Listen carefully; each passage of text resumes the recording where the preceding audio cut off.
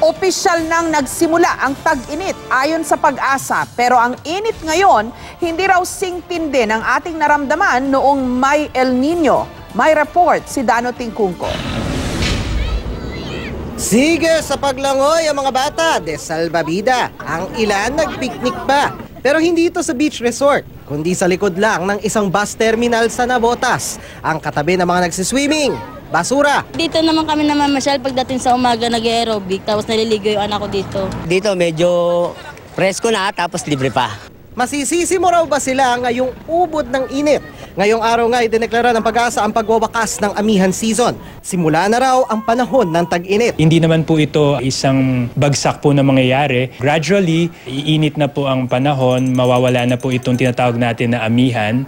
At by this weekend ay in-expect natin na kompleto na po yung proseso nito. Sabi rin ng Pag-asa, ang tindi ng init na mararamdaman ay hindi naman sintindi nung may El Nino. Pero aabot ng 35 degrees Celsius ang inaasahang pinakamainit na temperatura mula Abril hanggang Mayo. Sa Tuguegarao, Cagayan, pinakamainit pagdating ng Mayo.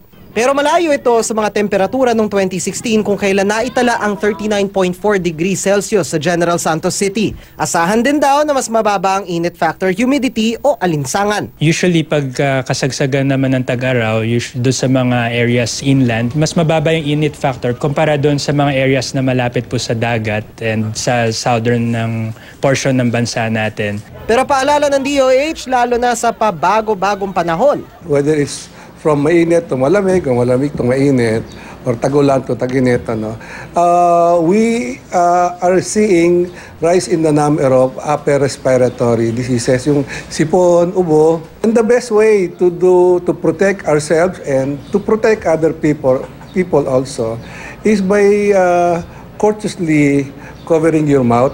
Para iwas dehydration, dalasan ang pag-inom ng tubig. Huwag din magbilad sa araw para hindi ma-sunburn. Mag-ingat din laban sa diarrhea lalo't mabilis mapanis ang pagkain sa ganitong panahon.